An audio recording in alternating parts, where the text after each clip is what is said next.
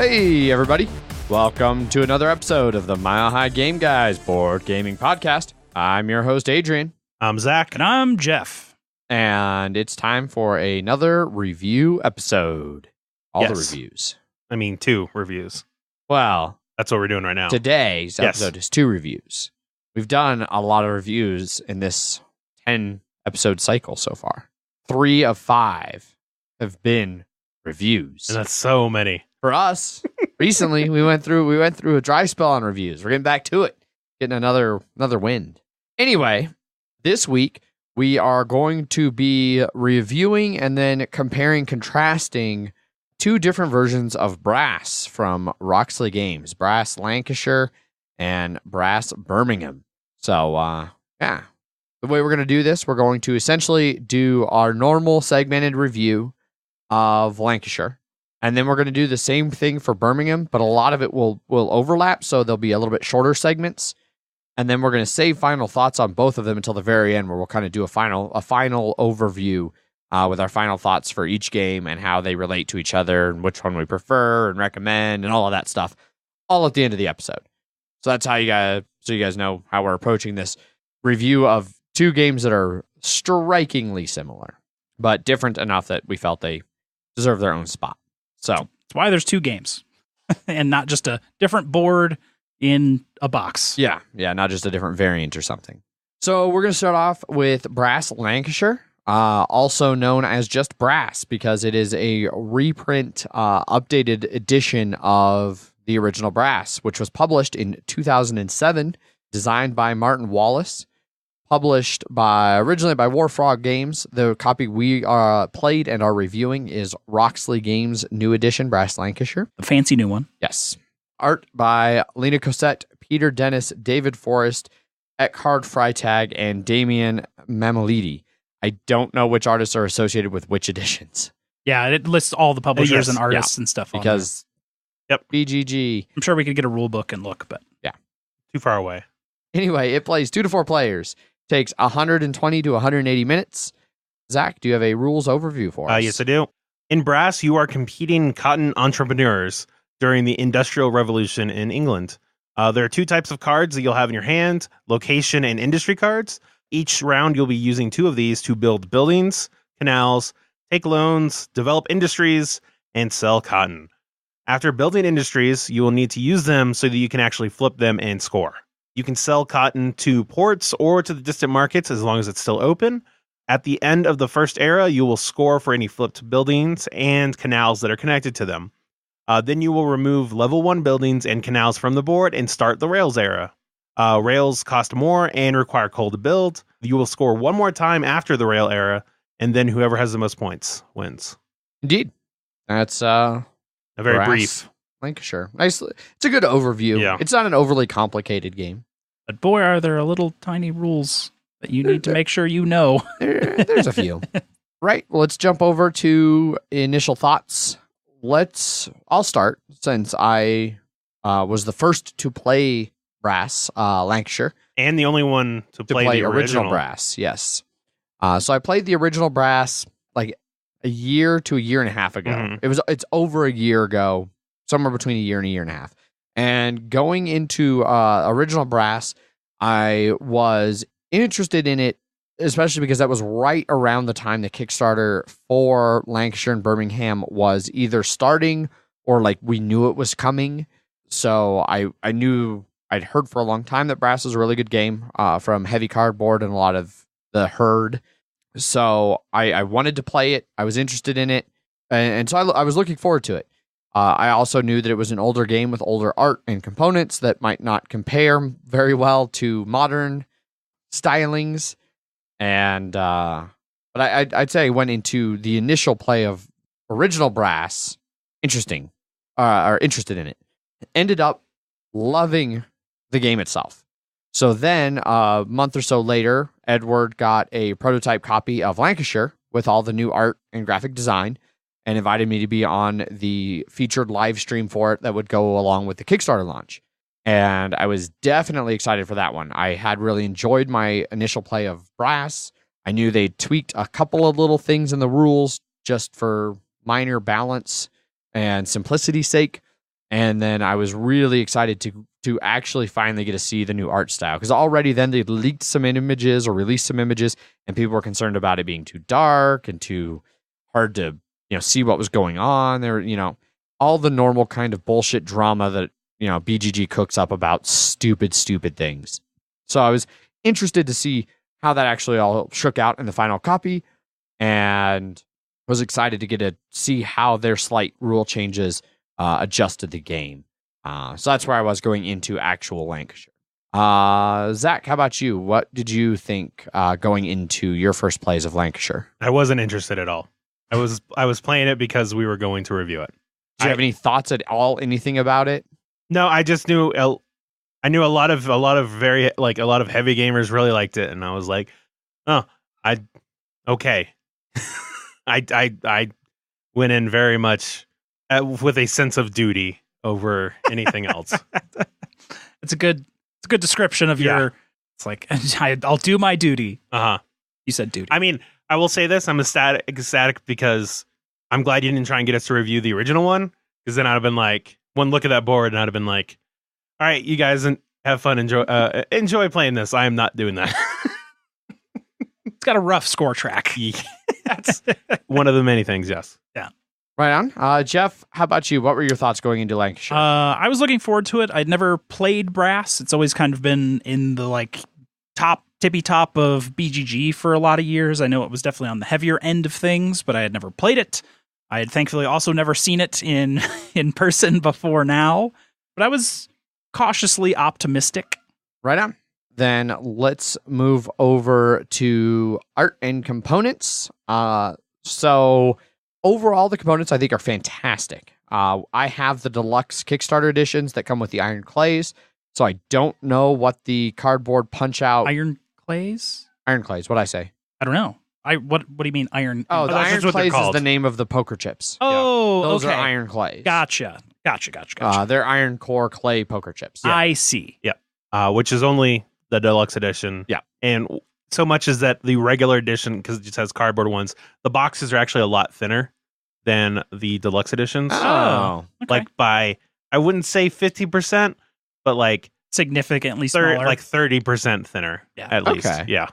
Yeah, I ended up pledging for the deluxe ones during the Kickstarter because I really wanted a nice set of poker chips for a lot of games. So I pledged for the deluxe editions, and then I even added on extra poker chips to use for other games, which I haven't had a chance to do yet, but I will be playing Game of Food Chain sometime soon again, I'm sure. And the nicest thing about the next Game of Food Chain will be those poker chips. I'm sure it will annoy Paul to no end that the 5s aren't red. He bitched about it a fair amount back at the start of things, but he didn't mention it once during our most recent play. I'm sure it's always in the back of his mind. It's like I'm putting the 5 in the wrong spot on the stack again. I am sure that he would not want to play poker with those. God, no, they're not. They're not. Which they said explicitly they are not meant to be poker chips. I know. But anyway, the point of that is that I don't know how the cardboard coins are. From a quality perspective, if it's anything to say about how the rest of the cardboard chits are, they're probably very fine. Yeah, they're good, and I believe they're different sizes too for the different denominations. Yeah, and I think because otherwise you could not tell when you stack them on top of each other. Yeah, so that makes sense. Yeah, but I would just assume that it's going to be it would be slightly harder to see how much someone has spent versus with the iron clays. So. Yeah, I have. Personally only ever played any of them, even the prototype that we played back on the live stream, and even when I played original Brass, Edward used his poker chips. So I've never played either of them. I've very few heavy games that I play with the actual money that comes with them. Usually we use poker chips. Yeah, I would say, this is I would say this is a good reason to use poker chips, only because of how most metal money and cardboard coins and things like that, it's being able to see at a glance how much other people have spent is a key part of the game, which we'll get to more in rules and gameplay. Otherwise, I think the other components are really good. The player boards are nice and thick and solid. It's one of the few board games I've had in recent memory that big, thick player boards didn't warp like a motherfucker. Yes, that is very true. All of their player boards and the game board itself have not shown any signs of warping out here in dry ass Colorado. pretty crazy. And it takes a while to actually set up the board, but it's clearly laid out how everything's supposed to be. Everything is numbered well, and you can clearly understand all the iconography they use, the income, the points, how much it costs if it requires certain resources. It's very clearly laid out. Yes. The cards are really good quality. We've played a bunch of both copies. Lancashire, I've played more than my Birmingham copy, and it's not really showing anywhere. No, it's got a nice linen finish on it. So they are really nice cards with really good art. So I will probably sleeve them just to protect them from other damage. But they've held up well to a lot of play. They are also left-handed friendly. Yeah. Which they're ambidextrous cards. Yes, because they just have the names on both sides or the symbols on both sides, which was funny because whenever somebody talked about that, Adrian had said something about being left-handed. Well, it was like Wes was saying it or something like that, and I was holding it because I'm left-handed, and I was holding it left-handed. When Wes said that, Jeff decided to try and hold it left-handed. And then I looked at Jeff's hand, and I'm like, but wait, he's holding it the same way that I am, and I was like, what? Wait, have I been holding it the right? And I was like, I tried to put it the other way, and I was like, oh god, this feels so wrong. And then Jeff was just like, no, I can't do it left-handed. And I was like, oh, okay, I was doing it right. I'm not crazy. I'm not crazy. I was doing it left-handed. Yeah. Yeah, just having to hold, like, right-handed people usually hold their cards in their left hand, and me trying to do it in my right hand just was not meets. Well, even though I will tend to hold a lot of the cards in my left hand, it's still the way you spread them out. Yeah. Is Opposite, is the opposite. usually. And so, yeah. I did not have the function. No, I tried to do that, and I was like, oh, my right hand is just like, nope, not doing it. Not ambidextrous. Yeah. So they're nice cards that do the design of them is ambidextrous. And then also technically, because it has the color, it has the like where it is on the board, and also the name, it would be colorblind friendly too in that regard. Although it would be harder just because it doesn't show in relation, like the color is used to represent the region of the board. So if you're just like, if you're having a hard time with those colors, you would just be like, all right, it's this name. All right, let's look over the entire map trying to find it. But you would be able to do that. I mean, there was already plenty of that while actually just trying to play the game. Also true. Because it's like a 1-to-1 picture of what's like on the map. Yeah. But unless you know where that is, you kind of have to be like, all right, the color's over there. Is it the kind of lighter red or the kind of orangey red? Yeah. And just being like, it's that one. Yeah. And doing that over and over and over again for like the whole game. Yeah.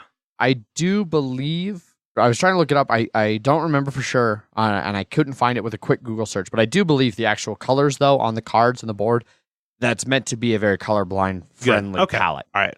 That was something they intentionally took into because mind. it's blue. No, it's it's blue, purple, a dark red, like an ochre. Yeah. Brown kind of. An ochre brown. Or purple? Purple. Yeah. I would and say then that's kind of like a teal. A teal, and then like the rough orange, and then like a yellowish orange. Yeah. So yeah. And I think same thing for the 4-player colors. They're meant to be fairly colorblind friendly. Yeah, which are not your usual colors. No, like a white, a purple, a yellow, and an orangish. Orange is red. Yeah, but definitely a different color palette than you typically see. It's not your standard regular red, green, blue, and then yellow or whatever other color. Adrian still goes. What color looks closest to blue? All right, I'll take this one. Is that white? No, yeah, it's the whitish gray. Yeah, it's a whitish grayish bluish. Yeah. Purple might actually be closer on a color wheel, but no. No. Yeah, like you touched on graphic design. It's all really good. Everything's laid out really well. Yeah. The main map, the board. There was a lot of concern both during the Kickstarter and then once people started getting it. And I don't know if there was a manufacturing error or if some people just are... They play by candlelight. Yeah, because one of the reviews where somebody got their copy and said it was too dark to functionally use, they're like, we play it in the basement of a converted church with bad lighting, and it was like, well, what the fuck do you expect? Yeah, man? Like a lot of games are gonna look shitty under that circumstance. I've had no problems with the board. No, it's like it's darker, but it's not anywhere near too dark. No, there's plenty of contrast for what you need to see. There's only a couple times where it's been like, wait, what is that? But it's very specific instances. It was like the outer like point board, like it was like between 31 and 33 or something. It like I don't remember. It was a little dark, and I was like, wait, is that 31 and 30? Okay, but like the actual board itself I was able to tell where everything was. So, and they did go with kind of a more muted, like the contrast is turned down a little bit on it, which was intentional because they wanted it to really pop at the end of the game when you have all your buildings and networks built out there. They wanted that to really stand out. So the low contrast was an intentional decision, but I don't think it was ever anything. It's never hindered gameplay. It's like my new living room at this house, I don't have a good overhead light. Like, so we use a lamp, and then I got like a hanging lamp that I hang from a hook off to the side of the table. And with those, it's not great lighting, but you can still see the game very well. I think all of the concerns of that were way overblown, except for a few cases where I think there was an actual mistake with the printing and the ink came out too dark. Because I saw some photos that were like, if it came out too dark, then no, 100%. It would be way if it was printed wrong, then it could easily be way too dark. Yeah. But the base game itself, if you got one of those, if you get a copy and you actually cannot see and you're not playing, in an actual dungeon by, oil lamp, like as long as you have some kind of reasonable light, and it still looks way too dark, then, I'd reach out to Roxley because you might have gotten a bad printing, but the actual board that they sent out that it's supposed to be is totally fine. It does come with a custom vacuum formed insert that holds everything, I think, actually really well. The box closes nice and flush. Everything's well organized. The insert was made for Birmingham, though, right? It was, yes. Okay. Ish. They definitely reused some similar molds, like, because I think they each say, if I remember correctly, they each say what they are in them. So, like, the Birmingham says Birmingham, the Lancashire says Lancashire, and they're different colors. But I think they reused a lot of assets. Well, especially like the cost down. The player boards in Birmingham are bigger, so you can see a little bit of a gap. Yeah. So, but it's that's a minor thing. It was immediately it was the first thing I noticed when I unboxed them. Yeah. If they needed to cut corners somewhere to save money, I'm fine with that being the corner they cut. Yeah. Literally, because it doesn't go as far. Exactly. Yeah. I think that covers all the components. I can't think of anything else. I get like the player discs things, they have two sides on them. Some have men and some of them have women on it. And that's mainly just due to they tried as hard as they could to find as many. Yeah. So because there's essentially 8 characters. They're based off real people. There's a section in the book that outlines them. They tried really hard to get good representation. They were able to find 2 women who were actually influential during this time that were known and you could find information on. So they did include a couple women. They're definitely the portraits of the real people. Mm-hmm. But it was the late 1700s and 1800s. 1770 to 1870. Yeah, of England for industry people. So it was fairly all one color. It was, yes. It was so very monochromatic, and it was a monochromatic era of England. Yeah. They tried to add diversity where they were able to. Yeah. Which I appreciate that they took the effort to do the best they could. Yeah. Some people might be like, well, obviously these industries aren't real. Like it's a made up game. Mm-hmm. You could make up people, but I also appreciate wanting to keep some historical accuracy where they could. Like that was an area where they could try to find real people to represent. Yeah. I don't know. Yeah. Let's move over then to some rules and rules explanation. So at its face, Brass is a pretty simple game. On your turn, you take 2 actions. For every action you take, you play a card. And your actions are... And already at that point, some people have trouble. You're not wrong. Oh, yeah. So you can build an industry from your player board out onto the main map. Mm-hmm. You do that by either playing the matching city card for the city you want to build in, or if the city you want to build in is connected to your network, you may use an industry card to build that specific industry in that city, provided there's a space for that type of industry. You can spend any card to expand your network, adding either canal or rail tokens, depending on which phase of the game it is, out onto the board to expand your network and connect cities.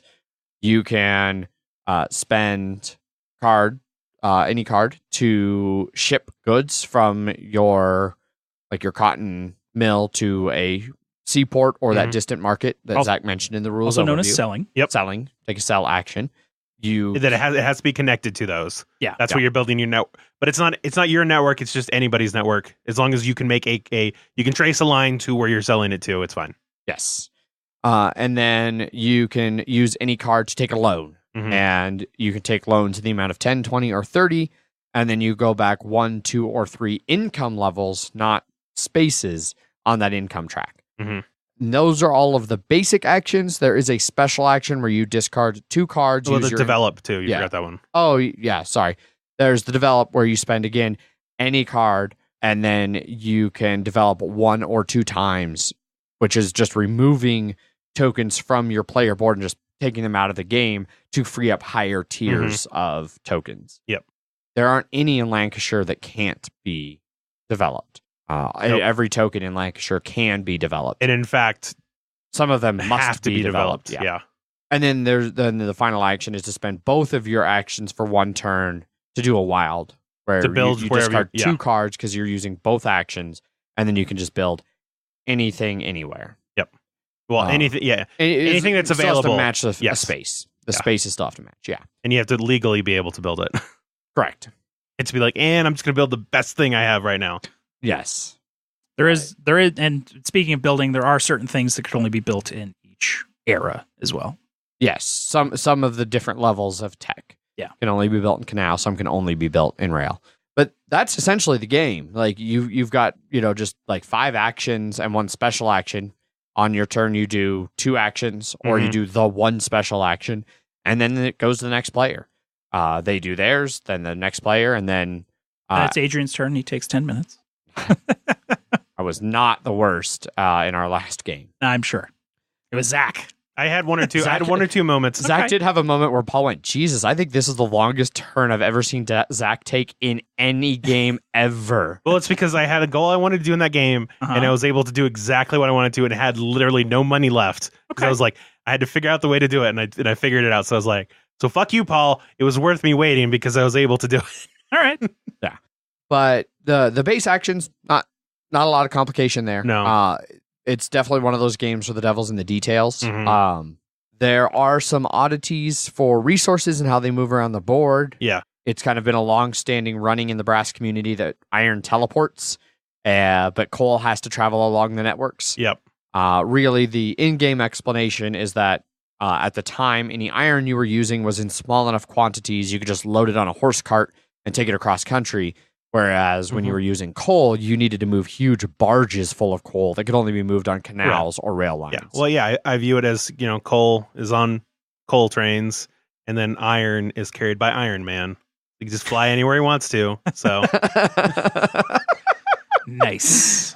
But yeah, that can lead to some confusion to people new to brass. About they'll go to build something. It's like, no, you can't build that. Well, why not? You can't get any coal there. Yeah. I'll just buy it from the market. Well, you're not connected to the market. Yeah.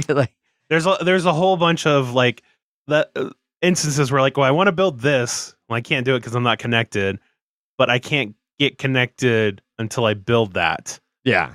I guess I'll just try and do that this turn, and then maybe. But yeah, it's the difference between of what's my network and what is the network. Yes, exactly.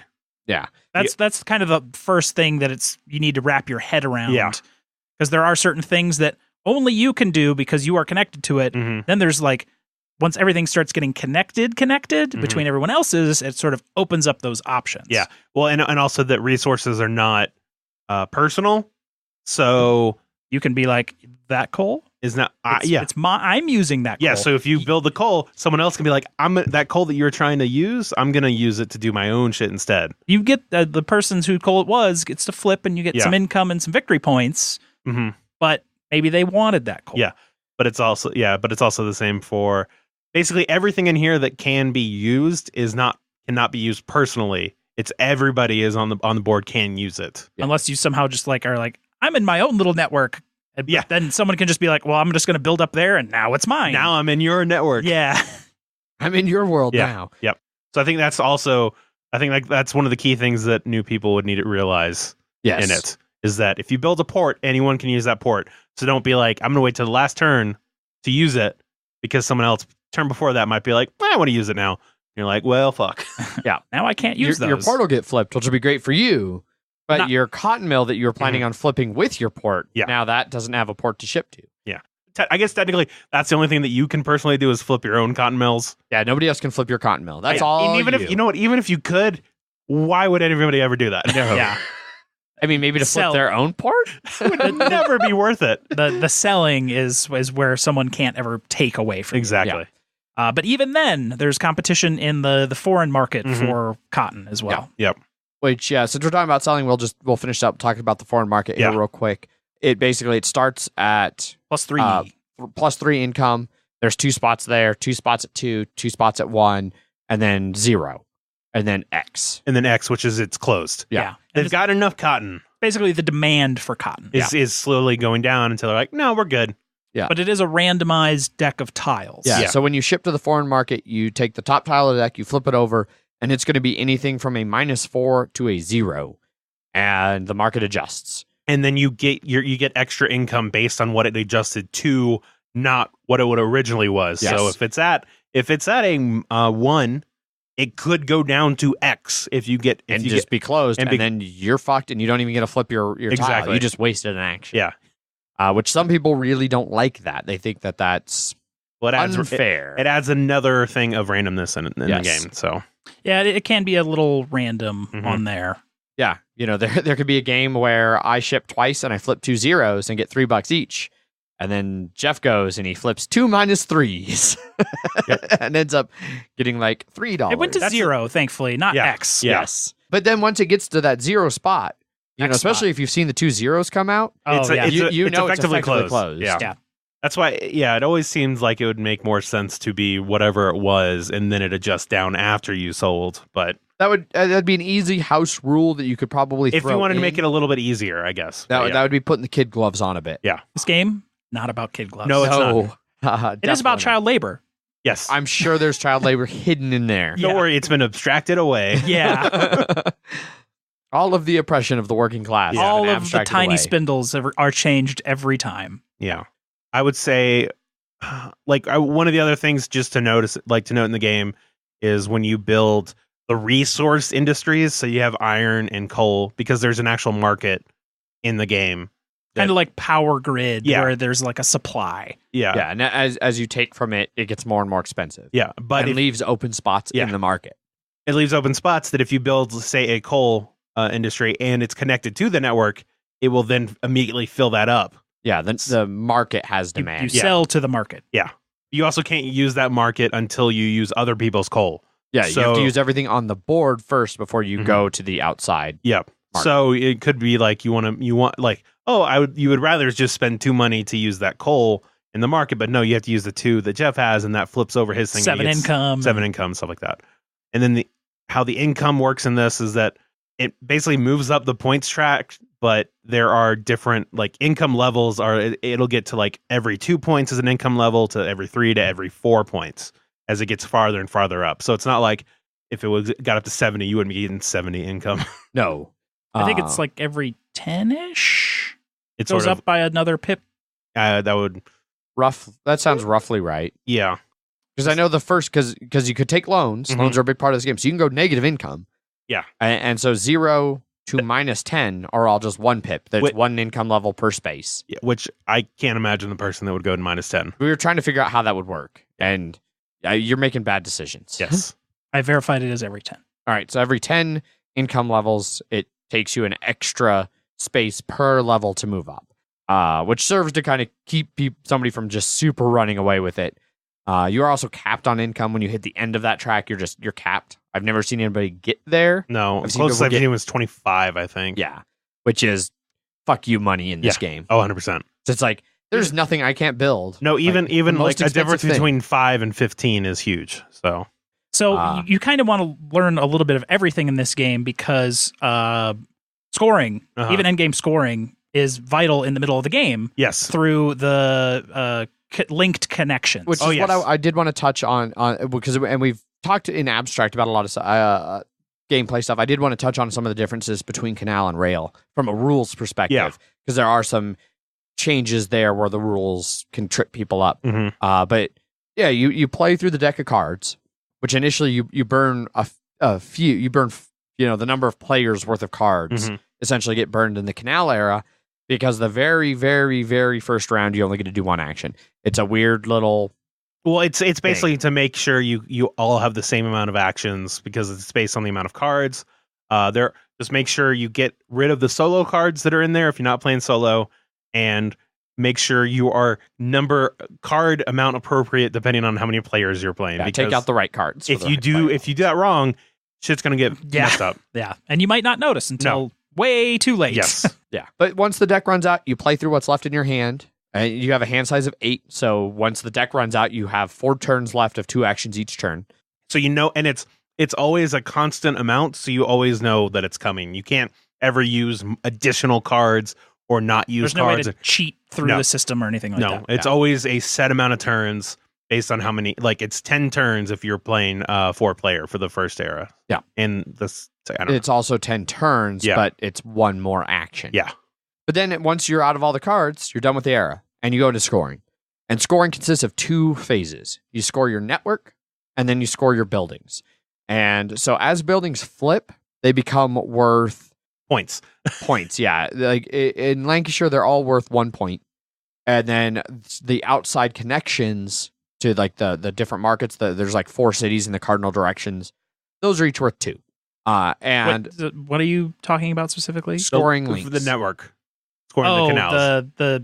Yeah. So you go around and the links are worth 1 each. And so you score, and it basically tells you in the rules to just pick them up as you go and score them as you go. So if my link between City A and City B, if City A has 2 flipped industries, those are going to be worth 2 points. And then City B has 3, that's worth 3 points. So that particular link is worth 5. And then also, once you have a link on, like there can only be one link per building. connection. Yeah. So it's not, once someone has it, it's theirs. Yes. You could score if you have multiple links running into the same city, you'll essentially score that city multiple times. So it makes sense, depending on how you build your network, to invest heavily in certain cities as much as you can. Because you score for everyone's. It doesn't matter if it's yours or theirs. Right. You get points. So you want people's tiles to flip in cities where you have links. Because you can get a fairly significant amount of points off that. Yeah. But generally, just understanding that that's a thing is very critical to succeeding. It's not all about the buildings. Having a big network is good, not only to help you build better buildings, but also to get you to score a lot of points too. Yes. Then after you've pulled all of the networks off, you do that for every player. Then you go around and you score buildings, and buildings have just they're variable points. You don't, but they have to be flipped. And when they're flipped, they show you how many points they're worth on there. Yeah. But if they're not flipped, they don't show shit. Yeah. So you have to get them flipped before the end of each era. Yes. Yeah, it goes from like 1 to 18 points. Yep. So you go along, you score those, and as you're scoring those, any of them that are level 1s, you're picking up and taking them off the board. And that includes unflipped level 1s. Those come off the board. If you didn't get it flipped in the first era and it's level 1 building, tough shit. Like that's now gone. Because that's part of switching eras, is all the level 1s are gone. So after you score all the you've taken all the links, you've taken all the buildings that you've scored, you leave the level 2s and 3s, and then you go into the rail era with a almost cleared board. You know, some people might have 2 or 3 level 2, maybe a level 3 building if they were really... If they developed a lot or something. Yeah. That are out there.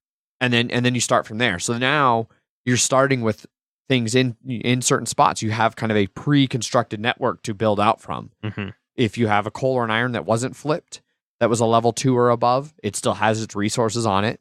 You know, so it's not always a bad idea to try and maybe get a coal or an iron out right at the end that won't flip. But that'll be the start of your network, and you can build from there because it's your network. And now that you're in the rail phase, that networking action, building those connections, those now cost resources. Yeah, they cost coal. Yeah. It's a lot more expensive too, but you can do a double build, because before it was always just 3 money for 1 canal. Now it's 5 money and a coal for 1 rail, or 15 money and 2 coal for 2 rails. So it's not the cheap option. No, it is very expensive to do it. But if you want to get connections, because as you probably learned in that first era, you're like, oh, I got fucked. On not having enough of those, then you can just spend a lot of money and build out quickly. Yeah. You scored 10 points on networking while somebody else scored 40 points on networking. And you went, oh, fuck. Yep. Yeah. And so that's the big change going from rail to canal, is the ability to build double links. And then, like I said, all the level 1s that are on the board get wiped away. The ones that are on your player board don't. Yeah. but you can no longer build them in Era 2. They're obsolete. So the only way to get rid of those at that point is to develop them away. So either get your level 1s out in the first era, the Canal era, or develop them in the second era. Or develop them in the first era if you're like, I want to get ready to build that shit in the next era. So, yeah. And there are a couple, usually it's the top tier of each that you can't build until the rail era, but good luck trying to get those out in the first one. Yeah. All right. I think that's enough for rules. Yep. Let's talk gameplay. Yeah. So, gameplay-wise, Zach, you were touching on it a little bit there at the end of the rules. Networks are important in this game. They're not the most important. You can get away with a small network if you're just getting a lot of buildings out there. You just better have another good strategy going. Yeah. Which this game has a lot of. Yeah, you can go different routes. You know, you can. You can go heavy for like the shipyards. They're huge points. But you have to develop in order to even build one. You have to develop at least twice because they just have two useless tokens in front that are like, these are just locked here. You can't do anything with them except develop them away. Yeah, and then they're really expensive. They're really expensive, and in the Canal era, there's only one spot to build them. Yep. So if somebody else builds them there, you can't do it. Yeah, because they require coal and iron, and it's only a railway connecting, so you can't connect a network, so you can't get the coal and iron to be able to build it. Because there are various locations that you just can't connect to in the Canals era because they're, like you said, they're only rail connected, because some connections have rail and canal, some have just rail, and only one is just canal. Yeah. There's a lot of only rail. Yes. Yeah, there's a few. So yeah, you can go strategy wise, you can go heavy rail and just try and score a shit ton of connection points. Heavy network, I guess. Yeah. Heavy network. But that's not going to make you any money. So you because that's just you spending money. You get no income, no points except for what other people built. Yeah. So you definitely need to do some building. Like you can't just go full networking. You literally could not take enough loans, because you'd have to just keep taking loans, and that brings your income down, and you would not be able to spend it quick enough before you're just out of money. And then, well, I guess that's where you get to the point where I think once you get down to -10, you're bottomed out. You can't take any more loans. Exactly. And then you will run out of money, and then everything will go away, and then you're like, all right, guys, I'm not playing anymore because I literally cannot do anything. That's Zach's number one strategy. Yeah. I'm done with this game. So this game does have player elimination, but it's self-player elimination, and it is you are playing suboptimally. Yeah, you're actively playing bad if you get eliminated. The loan sharks are just like, you know what? We're just going to give you some cement boots and say goodbye. Goodbye. Yeah. Welcome to the bottom of the welcome to Blackpool. But you can go definitely heavy into that network. You can go, like we said, for those shipyards. They're expensive, but they're a ton of points. You can go heavy on resources. You can go heavy on the ports and cotton mills. You can go heavy on cotton mills and just try and make it all in the foreign or the distant market before anybody else does. Or you can do cotton mills and then hope that somebody builds a port and doesn't use it, because then you can steal it from them. Yeah. So, or build your own ports. Yeah. Well, I said that earlier. Okay. Yeah. Or you can do, ideally, probably a little bit of all of those things. You would want to do a lot of a little of everything and a lot of a couple of those things. Yes. But it is totally a viable thing. We were talking in the rules about how resources are for anybody. You can go the route of resource mogul and just, I'm putting out all the coal and the iron, and you fuckers are hopefully using it. Because when you're building rail and whatnot, it's coal. So iron is, like we said, it teleports. So you can just use whoever's iron you want. But there's generally less spots to be able to build iron on the board. Which is true. Whereas the coal, there's a lot of spots, but when you're using coal, it's whatever coal is closest. So even if you have a bunch of coal on the bottom part of the board, if you start building rails on the top, on the northern spots, and somebody has coal anywhere near there, you're going to be using theirs first. Yes. So that's something else to take in mind, is that if you want to be building from your coal, you have to put your coal where you want to build from. Yeah. You want your networks to be as connected as possible, so you can take advantage of that. Or as much control as possible to block someone out from building a network to somewhere else. That is also true. Because you can't build through someone else's network unless you just happen to have that city card or whatever you're looking for. Then you're at the mercy of the cards, because if you have an industry card that lets you build an iron, but the only iron spot is outside of your network, you're fucked until you're fucked on building that until you either spend your entire turn doing that, or you somehow build adjacent to it and then get a network to connect to it. Yep. Yeah. Or if you really want to connect that distant market and someone's just not building that connection. Mm-hmm. Yeah. And confuses everyone. Yeah. So I want to sell there, but the people that can actually connect to it are like, no, I don't want to connect to it. I'm not going to use the distant market, so why should I connect to it? So there's definitely a lot of placement strategy. Mm-hmm. Yeah. That's definitely most of this game. Yeah. And we were talking last week a lot about player interaction. There's a lot of player interaction in this, but it is largely indirect. A lot of cursing. There's a lot of This is very heavy in blocking because like we said, with expanding your network, if someone puts a canal or a rail there before you cannot expand in that direction anymore. Yep, tough shit. Yep. It's a lot of try not to play your full hand of so other people not know exactly what you want to do, because a lot of times they have an opportunity to completely fuck you. Yes. Yeah. That came up a little bit in all of our games, but in all of our games. In our most recent game, where I had miscalculated how much I'd spent, and we haven't even talked about player order. I just realized we didn't mention that. Well, whatever, stuff, that's fine. We'll come back and touch on it here in a second. But essentially, whatever you spend each turn goes onto your token in the turn order pile, and then at the end of each round, that gets ordered least to most spent, and that's the new turn order for the next round. And if you tie it, you stay in your relative order. So in the most recent game that I played with Zach, I had miscalculated by like $2 what I had spent. So he had spent 15. Yeah. And then what I had wanted to do was going to cost me 15. And I was like, well, I can't do that because I want to go. I would want to, if I do that, I want to go before Adrian on the next turn, but I couldn't because he had spent 15. And so I started doing something else on the board. And then I was like, oh shit, I forgot to pay for my iron. That's an extra $2. And I was like, so I've spent 17. I threw my $2 up there and took the iron off the market. And Zach goes, shit, I just revealed my other thing. He's like, well, now I'm just going to do this because now that you guys know that this was something I want to do, I don't want to get blocked. Yeah. And Paul was definitely like, I was totally going to block you. Yeah. So, and then he ended up blocking me on the other thing that I was originally going to do. Yeah. So you were getting blocked no matter what. Well, but he might not have built up north. I think he was going to. I think that was his thing. Like, once you'd done that, he was like, well, clearly the only smart thing for me is to do this build down here. I think he was going, if it had played out if I'd done my money right the first time before you started your turn, I think you were getting blocked in whichever one you didn't do, he was going to. Well, that's a lot of ifs and maybes, but ifs, ands, or buts. Yeah. But yeah, so those kinds of things are important. You want to try to not tip your hand. So you want to make sure the other person is completely done with their turn. Yeah.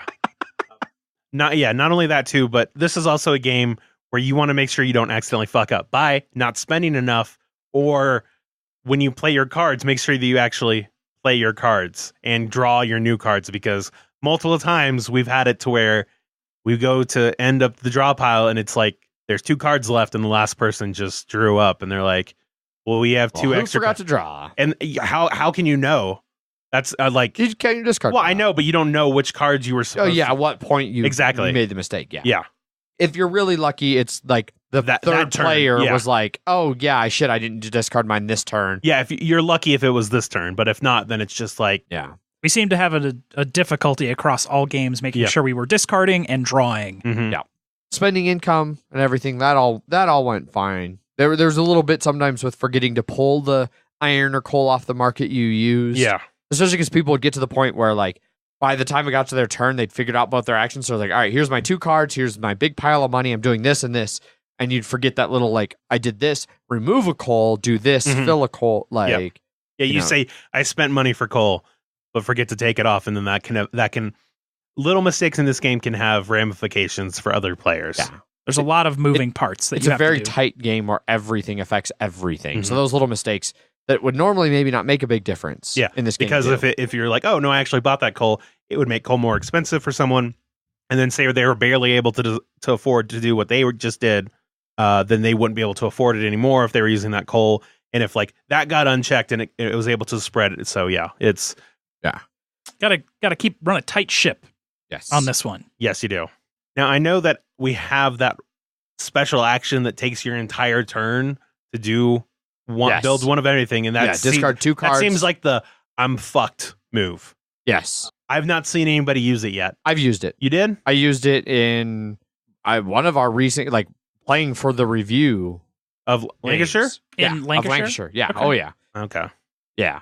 I probably could have used it had I Uh-huh. remembered that it was a thing when I had those 2 iron. There was literally no other spot I could build iron on. I mean, it's something you don't want to use. Like, Yeah.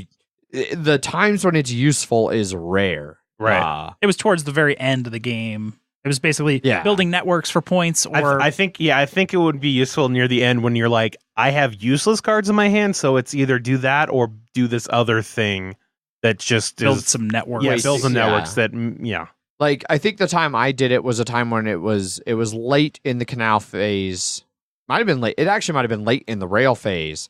And everybody else, I was like one of the last players, and enough other people had taken turns building rail connections to increase points, because that's a common, last turn trash card action is like, oh, I'll build this connection that's going to score me 5 or 6 points. And enough people had done that. The market was fairly empty, and I think I spent 2 cards because all the good rail spots were taken. And then so yeah. I spent 2 cards to build a coal somewhere out on that it was connected to the market. So it refilled the market, got me a little bit of money, and my coal flipped because that was going to be worth more points to me than the random 2 shit networks I could have built. Yeah. Okay. I think that's what it was, something like that. Like, so it's only in Lancashire, it's only come up as like an end of game or end of era. Fuck it, this is the best thing I can do with these 2. It's rare. Oh, and then also in the end of the rail phase, once you can no longer draw cards, you cannot take any loans. Because at the end, if you wanted to, you could be like, I'm going to take 30 money. My income goes down, whatever, but that gets me 3 extra points because income track isn't part of scoring at all. But final scoring, you do cash in $10 per. It's a tiebreaker. Income is tiebreaker, but ideally that 3 points would put you over. Yeah. So yeah, and then if not, then you weren't going to win regardless. Yeah. There was no ties to break. Yeah. Yeah. So Lancashire, and in the Roxley editions that we're reviewing, they have a nice little tile that you put in the deck. Like in a 4-player game, 8 cards. In a 3-player game, 6 cards. 2 times the number of players. You put that in many a 3-player below game, it. yes, yeah. So when you get to that tile, it's basically like a reminder that we have one more round. In the rail era, like, hey, this is the last round for loans. So if you're tight on money, you want to take your loan now so you have money for those last 4 rounds. Because those, like, in a lot of games, you don't want to take loan. Like, usually loans are tied with like negative points. It always feels like. Well, I think because people are used to like UVA games, where that's always like some Le Havre, like you can pay your loans back, but they're still not good. Yeah. Like a Martin Wallace game, like loans exist, and if you're not taking a loan at some point, you're not playing optimal. Like no, yeah, loans are good, especially in the beginning, because before your first income bump, if you go down -3 in income, you're just going down 3, and then if you get a bump of 3 in income, then you're back to 0. Yeah. Versus if you took it near the end game, if you go down 3, say you're at 24 income, you go down to 21, that's going to be like 10 to 12 spots you'd have to make up. Yeah, because it goes down whole sections. Exactly, yes. Yeah, so it's a Martin Wallace game. Take loans. Yeah, loans are if you don't want to spend money, because there's definitely times when you want to, especially like times when you're like last, you want to be like, if I can do 2 things now that I end up spending less money than everybody else, I get to do 2 more actions immediately. So if you plan right, you can do 4 actions at once. And so taking loans doesn't cost you any money. Developing doesn't cost you any money. Unless you have to pay for the iron, but still it's the iron price, you would say? Yeah. I feel like I made that joke like the first time we ever played. Yeah. And nobody no one got it. Nobody missed it. And I was like, you sons of bitches. You motherfuckers. I've been sitting on that one this whole game. Yeah. But yeah. So it could be a very powerful way to, if you're last, wrap out around, taking a big loan. So then it comes around to you immediately as first player, and now you have a bunch of money to spend. Exactly. So yes, like you were saying, taking loans is also, I don't think anybody would, don't do the 10 or 20. Just do 30. Just do 30. Yeah. I cannot imagine a reason why you'd be like, no, I only need 10. It's fine. Yeah. So much so that the sequel, you can only take 30. Exactly. Yeah. Yeah. Well, we'll touch on that a little Well, yes, but I'm glad that they realized nobody did that. Yeah. Well, one thing we haven't talked anything really about strategy-wise is card draw. The cards you get can kind of, you brought it up a little bit where it's like useless cards and stuff like that, but sometimes you're stringing on that hope of finding that one card you need to kind of put that last little puzzle piece into your engine. And you do have a player aid that tells you how many of each card, so you can know, oh, I've got 2 of Trenton. Those are the only 2 cards in there for Trenton, so you know nobody else can straight build there. They can only go there via their own network. And if they don't even have a network there, that area is completely secure to you. Unless you want to spend your entire turn building there. Yeah, which most don't. Yeah. One of the worst feelings in this game, and this is the last thing I'm going to say before we move on, but one of the worst feelings for me in this game is being like, man, I really hope I draw this one card. Like, I really need to draw like a Manchester card or, you know, a Trenton card or whatever city. And you know it's still in the deck. And you like your first player, you take your turn, like, man, I hope I draw this. And then it gets around to that 4th player and they draw, and you realize that was the last round of cards. It's like, I'm not drawing anything else. These 8 cards are all I have to work with. Yeah. Bye-bye, Trenton Dreams. Exactly. Just have to realize your dreams will be crushed by the card draw. Mm-hmm.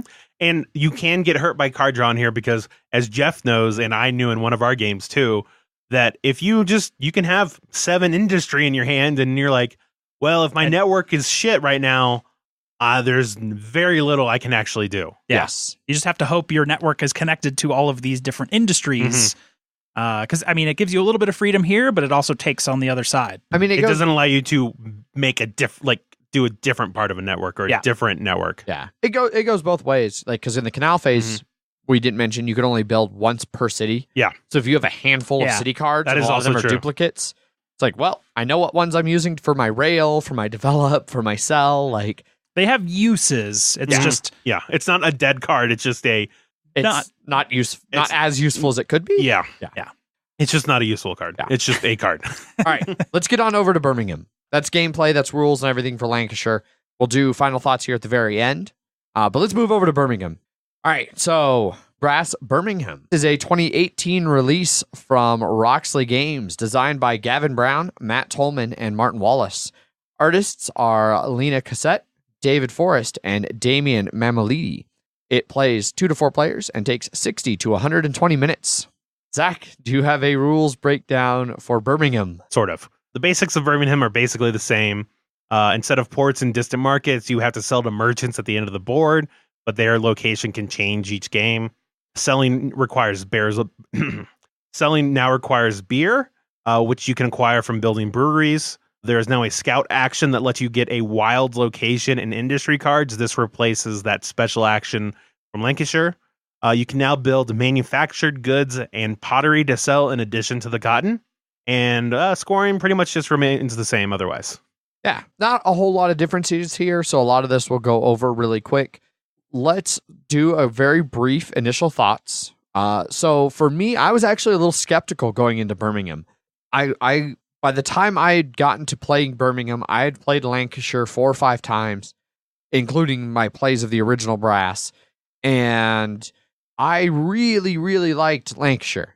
And so I was very skeptical that Birmingham could live up to it, that any of the changes they made would actually be useful or change the game in any meaningful way. But at the same time, I had heard a lot of positive things, so I was interested. I would say I was very on the fence. I wasn't quite sure if I was going to love it or hate it. I mean, I didn't think I was going to hate it because I like Lancashire so much that I thought Birmingham would be similar enough that I'd still like it, but I wasn't sure if I felt it would be necessary, I guess, would be a good way to say it. Jeff, what about you? What were your thoughts with Birmingham? Not much. I played it pretty quickly after the very first time I had played the original Brass, and I was cautiously optimistic. Right on. Zach, were you still, I feel nothing, or by this point had your interests in? Well, I was Fast curious. change. I was curious to see what the difference were. I know that basically a lot of people felt that Martin Wallace was like, let's make like just an updated edition, like the thing, like problems that some people had with Lancashire were addressed in this game, and so I was curious to see how different this was compared to Lancashire. Right on. Moving on to components. I don't think there's really meaningful differences to talk about in components here. The player boards are a little bigger. There's more punch board pieces that take different more art. time to set up. Yeah, And it's different art. but the same really. The graphic design is pretty much the same. Mhm. Symbology, all that stuff is basically You can tell the that same. it's a different location. Yeah. The city names are different. The layout's a little different. There's beer barrels as a component. That's the Exactly. biggest thing. And they're wooden beer barrels that actually sit on the board Yep. like the coal and iron resources Exactly. and stand out. There's a lot more tiles for that player board. Yeah, the That's player for board's sure. probably another inch wide, long. I don't know. It's bigger. It's bigger. Hence that box and component piece Yeah. that we're talking about And- earlier. Yeah, and- Insert. and then how they set up your player board instead of it all just being lines. It's like wrapping around the edges for Well, yeah, especially I think with how long some of them were. Yeah. Like they're all about the same length in Lancashire. In Birmingham, you have some that like you hit like tier 8. yeah. And so they had to like figure out how to fit them all in there in a reasonable way. I think they did a good job. I like the layout. Yep. And then the pottery just has a new symbol, which is just you can't develop because develop is a light bulb. And it's Yeah. just like, no, you can't do it because there are 2 tiers of them that you have to, in order to get past them, you have to build those. Yeah. And they're expensive. And then the other new symbol, because there's another one, and that's the beer barrel Yes. in the corner of the goods that can be shipped to the market. And that Mhm. just means you have to spend a beer to ship this Yep. good. Some of them 2. don't. Yeah. Or 2. Or 2. And then one other one too that I just forgot. On the flip side of the buildings, they now show the links on them. Oh, yeah. They actually shows it How Under many, the income. under the income. because you didn't need to. In that No, one. It was yeah. just count flipped buildings. Now it's more important because some of the buildings are 1 pip, some are 2, Some are 0. some are 0, which has ramifications in gameplay that we'll talk about a little bit more there. But yeah, otherwise, I mean, they came from the same print runs essentially. So art, components, all of that are between the two essentially a wash, So yeah, that's enough components. So let's get into the rules and rules explanation, which is where the first, I think, major, real, noticeable differences really come into play. So as Zach mentioned during his rules overview, ships and ports and all of that are gone. Mm-hmm. The map itself kind of indicates like now you're more in inland England, UK. I don't really know what Inland part. England. I don't like know which region of the UK this falls. I feel like it's all England. I think it's in the Birmingham region. I'm sure you're right. Since Birmingham's on the map and the name. But yeah, my geography knowledge of England and where these things are in relation to one another, not great. But it's inland. the West Midlands region. Okay. But it's definitely inland. There's no oceans anymore on this player board. So there's no place for ports or shipyards to go. So now you're shipping your goods to the. It's basically like that. Sure enough. Whereas the other one was that over there. Okay. Yeah. So you're shipping to still basically like a market. I can't remember the term they use in the rules. Merchants. Merchants. Yeah. But So you're shipping to yeah. those instead of the distant market. They're a set known thing. There's no. they removed the randomness of the distant markets. And they're always open, Yep. They don't ever close. but they did change because they have a randomized starting spot, really. Yes. Because there's a bunch of different locations, but some of them they can either do the goods, the pottery, the cotton mill, or all 3, or nothing. Yes. So basically, the merchant positions are fixed. What Yeah. the merchant wants in any given game is fickle. And that means that you can have a merchant that doesn't want anything. In which An case, entire city that Yeah. just nothing no, going we're through good. there. We are a self-sufficient city. And then that city, it's like, no, we need everything. We want goddamn everything. And we want double pottery. Yes. Which, yeah, can lead to some interesting gameplay things that we can talk about a little bit more in that section.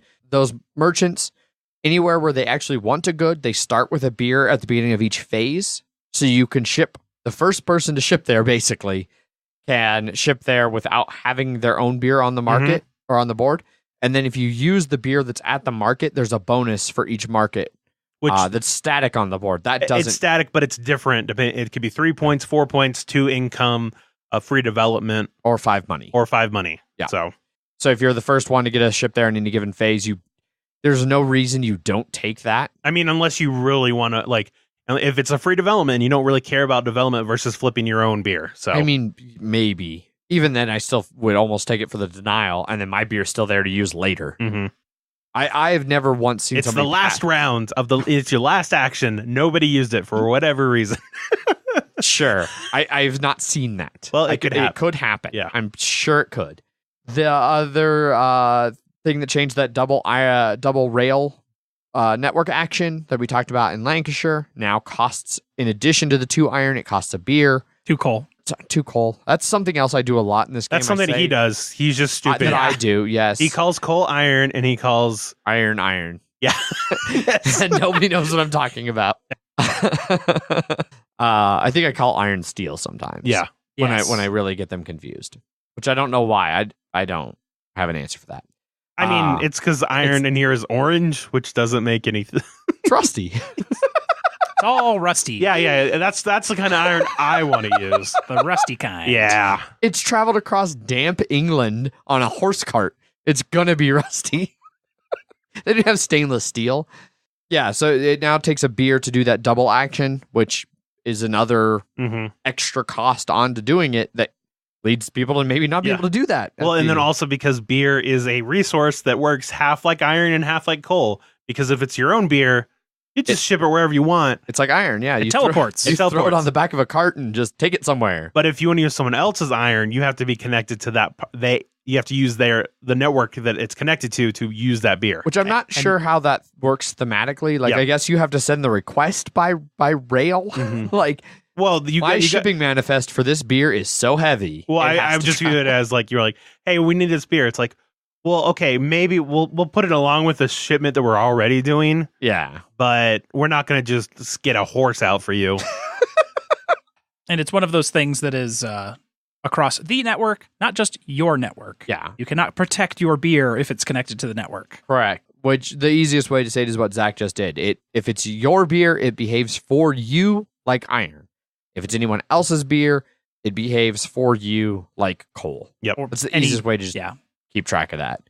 And then after an unfortunate Paul incident in our last play, that's how I've learned the better way to explain beer. Yeah. Because there was a misunderstanding. Once again, negatively affected me. And Paul. And Paul.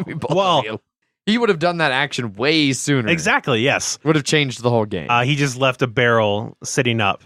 And I was like, man, why is he not using this thing? And I was like, all right, I'm going to build it and use this beer. And he's like, no, it's not on your network. And I'm like, no, it has to be connected to the network. He's like, bullshit. And I was like, no, that's what and he was just like, God damn it, Adrian. And I was like, that's a big misunderstanding to make. So because of it, I'm not going to do it. And so I have to do this other bullshit thing instead of the thing I wanted to do because Adrian fucked up. But I told Paul, I was like, Paul, if that thing is still fucking there, you don't have any fucking excuses. Yeah, you know now. You have a thing to ship it with. You better ship that fucking beer. Use that beer. Yeah. Other rules differences. There is now a level 1 building that can still be built in the rail era. Yeah. That's the clay building because it's, as Zach mentioned, has that new symbol for can't be developed. Yep. So it would really fuck you if that couldn't be built in the rail phase. Like, you didn't get this out in the canal phase, you're not building any clay the entire fucking game. Fuck you. Yep. And then also, usually in Lancashire, it was always like an increase in price for everything as you built the higher level ones. Whereas this one, they can have variability. Yeah. Some, like for the pottery, some are super expensive, but they give you a lot of points and a lot of income. Other ones are super cheap, but give you almost free. Yeah. Free. Well, you need a coal. I'm going to use this to transition to gameplay because that's where I was going to talk about that because that makes a big difference in the actual gameplay of being able to kind of almost ride them like waves. Like, you know, you can plan to build 2 back to back and I've got 1 coal and 1 iron. It'll flip both my coal and my iron and I'll get this out. Yeah. Like, so you can use that to do more interesting things with your actions. Yep. And then some of them, like some of the manufactured goods, like this one requires iron. The next one requires coal. The next one requires iron. The next one requires 2 coal. And then they have more variable costs that you need to keep track of. Yeah. Yeah, the finished goods specifically with the 8 different tiers. Yeah. The other thing people will notice who have played a lot of Lancashire that's different from a gameplay perspective is the stacks on the board. Like, so those trade goods, which are a new thing, or I think they're like trade goods or manufacturing goods. They're like one. Crates is like we like call them crates. Yeah. It's like 1 and then 2 and then 1 and then 2 and then 1 and then 2. Whereas in Lancashire, they're pretty much all like 2 or 3. Yeah. This one, they're a lot more variable how thick the stacks are. And that's on all of them, really. Like, especially like the cotton mill, it's like 3 and then 2 and then back to 3 and then 3. So they have different levels of shit. Yeah. So, which can make it harder or easier to develop through them to get to the higher level stuff that you want to get to. I think the biggest change from a gameplay perspective and how you need to approach playing this game is that the fact that some industries are worth no pips, some are worth 1, and some are now worth 2, instead of it just being a blanket 1. Because you used to be able to look at the board and be like, if this town gets filled all the way out, it's going to be worth 1, 2, 3, 4. The highest that you could get in Lancashire was 7 points for one rail. I thought there was because it was a 4 and a 3. There's a 4 and a 3 that are connected by 1. That if you get that and they all flip, it's 7 points. Yeah. Here, because you can have technically, if there's that same thing and they all had 2 pips, that would be worth 14 points. Yeah. Whereas you could have a 2 and a 2 city that are linked that would have been worth 4 points in Lancashire. That if now it's a 0, a 1, a 0, and a 1, it's only worth 2. Exactly. So the spread of points has opened up quite a bit. And it tends to be on the high end. Yeah, because the breweries are 2. Some of the like coals and iron are just 1, but there's some that are like 2 and then 1 and then nothing. So it's you have to really pay attention, and it makes the route building aspect of this game a lot more important, I feel, than in Lancashire, because it's not static and you can get those higher volumes that if you're not paying attention, you can get 60 points from rails in this game. I wouldn't say easy, but a lot easier than you could in Lancashire. The only reason I would put a caveat, I would say it can be more important, because I've still seen in both games where somebody who has only had 3 or 4 links out, but a ton of buildings can still make up the difference and still be able to do well. Like, it didn't shift enough to where like you have to have a bunch of links out. No, like it's more of a legitimate strategy to go heavy route building. And really I would say it's easier to do the heavy route building strategy in this. Yes. And incorporate it into whatever else you're doing. Yeah. That I could definitely see. I would say in Lancashire, it's, you would be like, you have a major in this with a minor in route building. This one, and now it just becomes a double major. A double major. Or you could have a major in route building with a minor in flipping, some pottery or something.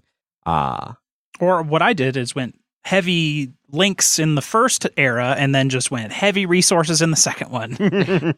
The quality of the way beer is shipped, I actually really like, because it allows you to protect your beer a little bit more. You can use a city card to build a beer off the network that now only you can use. Especially if you're in the first era, there's only one city in this that you cannot get to in the first era. I forget what it's called. It's right in the top center, Jeff. I see you have the map pulled up. Like Uttixton? Uttoxeter. Uttixter? Sure. Uttoxeter. I'm sure it's one of those two. I can't wait to hear from our British listeners. Yeah, I just imagine them like, no, it's pronounced like this, but they're obviously just writing it. So I'm just going to phonetically write things. I know, but I just want to go ahead and put that joke already out there so no one else can get that easy one. Yeah, knock down that free softball. There is also one tri connection. In this because there are 2 farm breweries that you can connect to that basically you can only build them there if you have a network attached to them. Yes, and it's your network, And you have the brewery industry card. The industry or the wild industry. So what were we talking about? How there's the two breweries. So in the early era, you can build a brewery there that literally no one else can access because there's no canal space. And there's 2 spots for breweries there. So if you want to protect it, you can build it there and then use it. But it's also like with ports in the first or in Lancashire, if you build a brewery, the beer there might be gone by the time it's your turn again if you don't use that same one. So you have to take that into consideration. But then also if you're like, well, I'm going to wait till the end and then build it, that the spot might be gone too. So it's a tricky thing to play because there can only be a certain amount of beer on the board, so you can't try and plan over that. The other thing I really like about what they did with beer and how they implemented beer into this is it's the only resource in either game that changes how much comes out based on what era. That's true. So if you build a level 2 brewery in the canal phase, it gets 1 beer. If you build that same level 2 brewery in the rail phase, it gets 2 beer. Which is good because you have to use more beer. Yeah. You start hitting some of those clay that use 2 beer in 1 ship. And you're like, well, fuck me. That's a lot of beer. Yeah. But I really like how they did that with beer, that it actually changes from era to era. Another minor change that they made in this from a gameplay perspective that we hinted at in Lancashire, loans are now just 30. Yeah. They don't even give you the option to make a bad decision with your loan. And you can take it as your last action in the entire game. You can take as many loans as you want, whenever you want. Yeah. So you get all the way down to that last turn and you've got 2 shit cards. I'm taking 2 30 loans, bitches. That's going to score me 6 points. And I'm going to go way back on the track. Yeah. And to be fair, you'll probably get slightly more points just by trying to build a network somewhere. Especially with how many level 2, like 2 pip industry buildings there are. The other thing they do that's a little bit different at the beginning of the era is the iron and coal markets start with openings. So you don't have to wait for somebody to buy from them to build an iron or coal that's connected and then refill them. To be most efficient. Yeah. And then also the coal market is bigger now. It doesn't cap out at 5. Fucking huge. You can go to 8. I cannot imagine having to spend 16. Well, it's 14. Goes up to 7 each. And then if it's empty, it's just 8 each. I cannot imagine trying to spend 8 on coal. Maybe you're making 30 money and you're like, fuck it, I got money to blow. Even still, that is a lot of everybody else would have to be doing almost that well. And I can't believe that if you're doing that well, you're not like, oh, that's a fucking empty coal market. Let me build this coal. Let me build 2 coal things and just get everything. Well, and something we never mentioned in anything is overbuild. Yes. Yeah. Because it's very rare. It hardly ever comes up. It makes more sense in Birmingham, so I'm okay with talking it here because of pottery. Yeah. So the reason those things are free and suck is because you just overbuild them to the next one. You're basically calling dibs with those. These are the dib pottery. Yeah. So overbuilding, when you take the build action to build from your board out onto the map, you can always build over something that you already have. So if you have a coal mine that's already, all the coal's been spent, it's been flipped, you've gotten your income boost, and the only card you have that you can build coal with is that same city, you can play that city card and just replace your coal mine with a new one. It goes away, so you're not going to score the points for that. Which is why it's not always it's definitely not the most ideal option. You want to avoid it when possible. Yeah. Where that kind of changes in Birmingham is those clay ones, you get the level 2 and the level 4 are 1 income and 1 point in scoring. And so it's like, well, fuck yeah, I flipped it. I got my 1 income, which... I mean, if anything, it's nice just to be like, I'm flipping it to use a barrel that I wasn't planning on using, but now that person cannot use it. Right. And then you overbuild it anyway with your higher level 1. Yeah. It, like Zach said, reserving a spot. You can technically, and I have never seen this, you can overbuild an opponent's building for a resource. A resource building, yeah. And it's basically still just coal or an iron. Also coal and iron. Beer in Birmingham does not count for resource in this instance. That would make sense. Mm-hmm. You can overbuild an opponent's building if there is none of that resource on the board and none in the market, which, again, I've never seen. we could have seen it happen if we planned it to happen. Basically, we Yeah. were close enough to Adrian was like, well, Jeff, if you do this, Zach, and I do this, then Zach can actually overbuild one Yeah. of our things. but you wouldn't do that because it would be a stupid moves from both of because you. Zach would 100% be like, oh yeah, Adrian, you're in the lead. I'm going to overbuild your 5-point coal with my coal that will immediately fill the market and flip.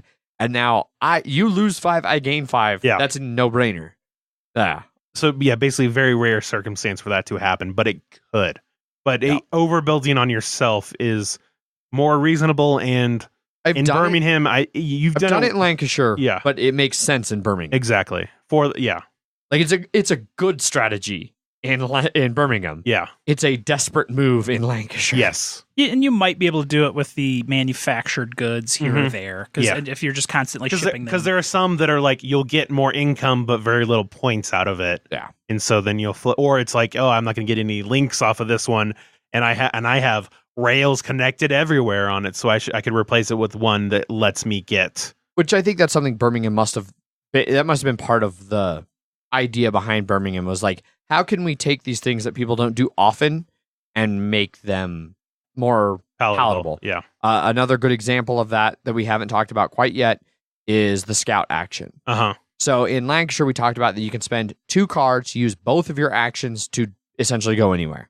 They've replaced that in Birmingham with you can spend a card to take the action, then discard 2 cards and take 1 wild location, 1 wild industry. Mm-hmm. They go into your hand. That's 1 action.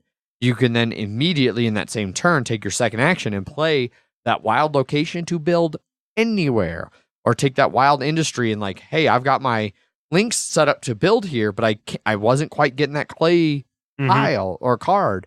Now I can use my wild industry to build that clay there. And this was a much better version than the special action, I feel. Yeah. It's actually you can, especially near the end of the round when you're just dealing with whatever cards you're just like, I've never used these. yeah. Then it's just like, I'm going to use this one, get rid of 2 that are garbage for me. Like it's two of Birmingham because Birmingham is completely full. I don't need these at all. I'll get, and I need to build these specific things that I didn't get the cards for. So I will get rid of them to draw the wilds. And Yeah. And instead of it being 1 action Mhm. that burns 2 actions in Lancashire, Mhm. now it's 1 action that gives you 2 very Yeah. open actions. So But by losing 1 action, you gain a much better 2 actions. yeah, which instead is- of being screwed by cards. Exactly.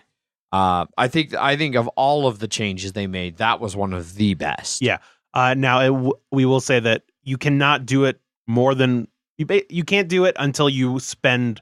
You can't do it Both again cards. You have until to you spend both cards. wild cards. So you can't just do it to make people not be able to draw them. Because they're 1 per player. There's 1 per basically, player, yeah. so Well, and it also keeps you from like just doing it until you have just a hand of 8 wild cards. well, that's what I mean. Because going then no one crazy. else could grab them too. Well, so. it's even aside from the blocking, just Yeah. so that you can't have a hand of 8 wild cards and just spend the next 4 turns doing whatever the fuck you want. It has to be a little bit more strategic than that. But, I think that was a lot. I think that almost had to have been an intentional design features. They looked at things you could do in Lancashire Mhm. that people just didn't. And they were like, how can we make this more palatable, more incentivized action so Yeah. that people are doing a little bit of everything versus all of one thing. But I think that's about it for gameplay differences too. I think we've kind of caught them both up. I would agree with that. Yeah. All right, yeah, so this let's move in here to our final thoughts. So the way we're going to do this, we're going to go around and each one of us is going to talk about our final thoughts for both Lancashire and Birmingham, kind of individually. And then we'll come around a final time, just do a little quick comparison between the two. So I'll start. I love both of these games. I had previously had Lancashire rated A9 after my first few plays over a year ago with Heavy Cardboard. Having gotten more plays with different players, different types of players, I've actually bumped it to a 10. And especially with all the new art and components from Roxley, like I like the gameplay, and everybody who listens to this show regularly knows I'm all about gameplay above all else. But fuck me if it doesn't help to have nice art and components. Like I I understand a lot of reasons why like 18xx doesn't have nice art and components, but like I know it would help. Just like Birmingham or Brass, Lancashire is so much more enjoyable playing the Roxley version than playing the old whoever produced that other boring art, boring palette color shit of the first edition. Like I would still play the shit out of it if that was the only version of Brass. But you wouldn't touch that one again. You would now, no, fuck no. Why I own this, like it's beautiful. It looks great on the table. Yeah. Like it's functional. That snake score track. Man, that track is terrible. And even if you would want to, they did make some changes in this between that version and Lancashire, but they have those rules in Lancashire. Yeah. Like you can be like, you can do that, whatever side rule bullshit thing was. Yeah. They have all of that still as Birkenhead options. and Liverpool connection. The virtual link. They have rules for, because I think the original Brass didn't pull out cards for player. It was just like, you're playing with 2 players. Here's the whole fucking map. It's going to be wide open or something like that. They address that in the rules. But even then, I think the Lancashire, the rules they changed make sense. Like the things they tightened up, they did a good job with that for Lancashire. So I definitely would never play original Brass now that I have Brass Lancashire, which is the new edition, essentially. Birmingham, also fantastic. Now that I finally got to play it, I immediately, it's 10s also. They're now 10s in my rating. If I searched my collection now by rating, they're going to be up there in my top 10. Like they're both 10s for me. I can't imagine ever not enjoying playing either version of Brass now. Between the upgraded art and components and all of that, they're fantastic. Everything's been kind of said already. Yeah, I love them both. I think they're both really good games. Zach, how about you? Well, there are a lot. His duty is complete. Yes, right. There's a lot of things. I'll go ahead and say this. I definitely enjoyed playing these games far more than I thought I would have.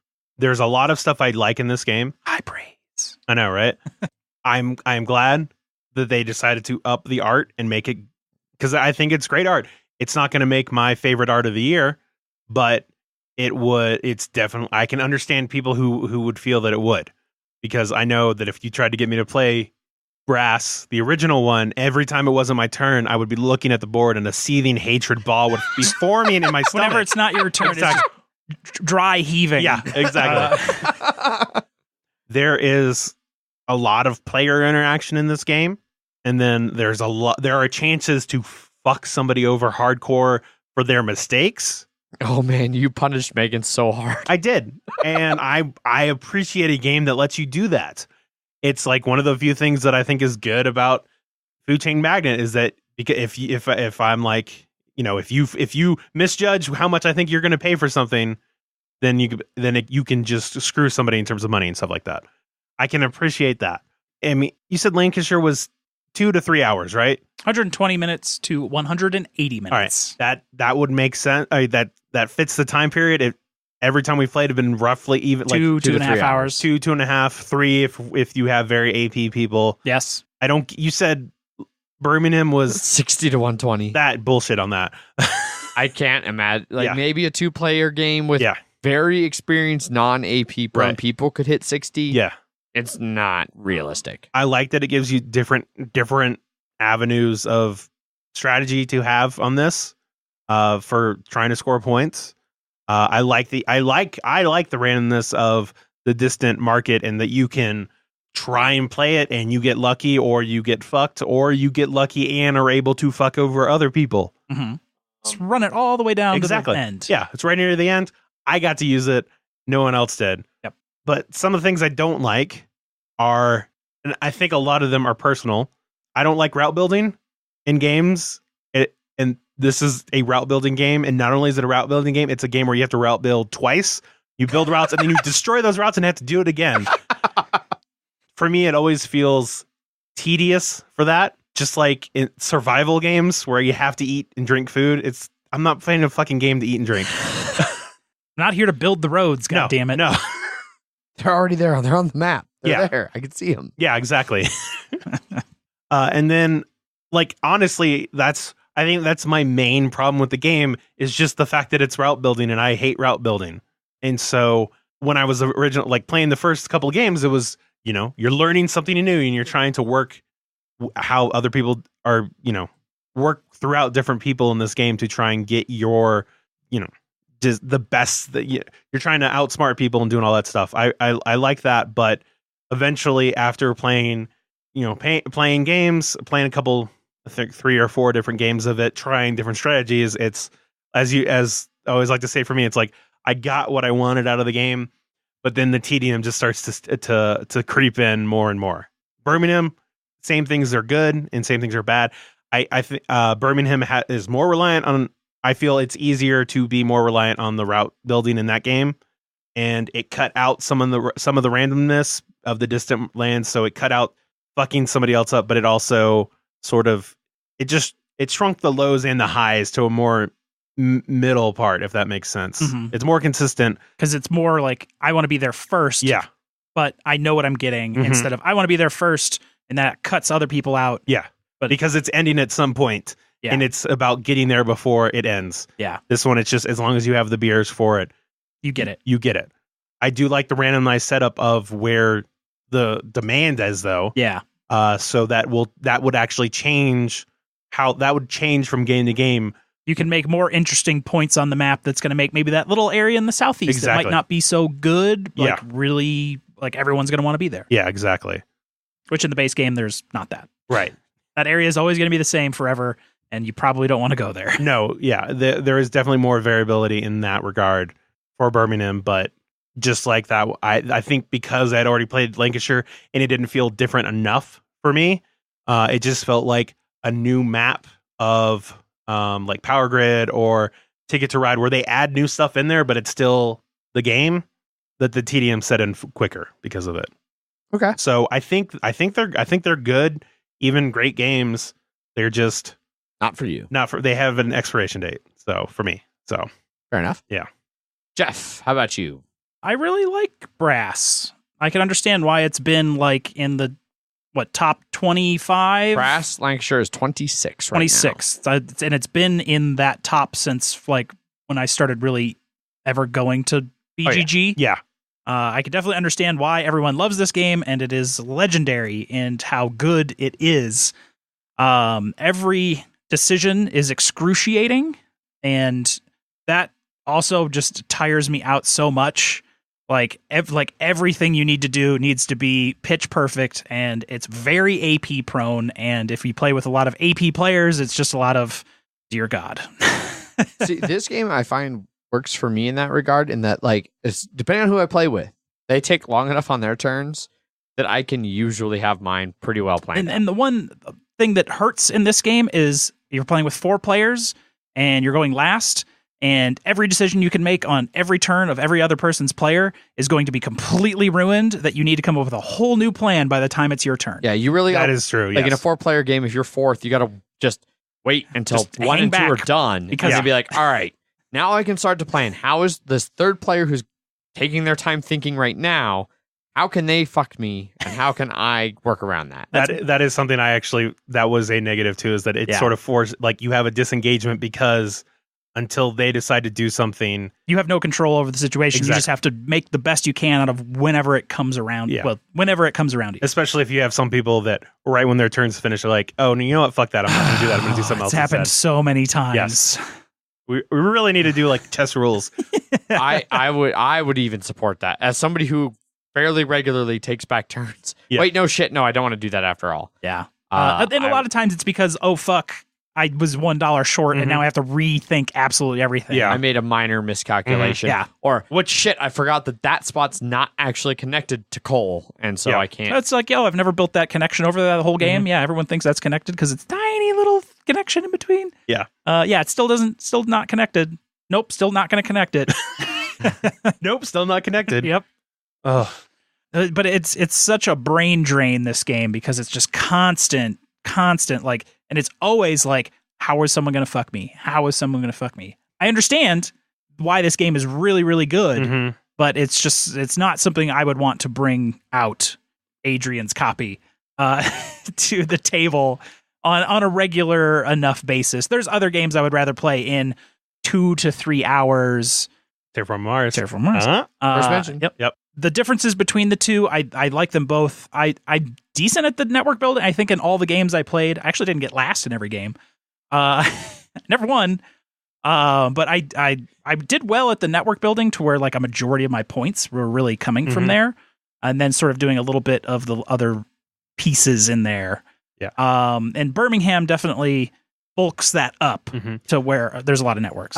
Both those games where you didn't get in last, I came in last because even though I acknowledge that route building is important in this game, it's always it's like, but I don't want to do it. So I'll do what I have to, but then I'll try and do other things, and then it ended up being last on all of them. So and well, you also do weird things where you're like, this game, I want to make sure I get out all of my pottery. Okay, and that's my only goal. Well, I mean, the goal is obviously to try and win while doing that, but you went a pottery strategy, which no one ever really did. Yeah, and I came in last, so by like 40 points. So don't go all in on one thing. Yes, don't go all because there are definitely times I was like, I should be doing something else. Like, I think I could get more here, but I have to make sure I can get this fucking level 5 pottery out. And on that turn, my last action of the game was shipping out that pottery. Nice. So my mission was complete. Mission accomplished. I already I played the win on the first game, and then I win.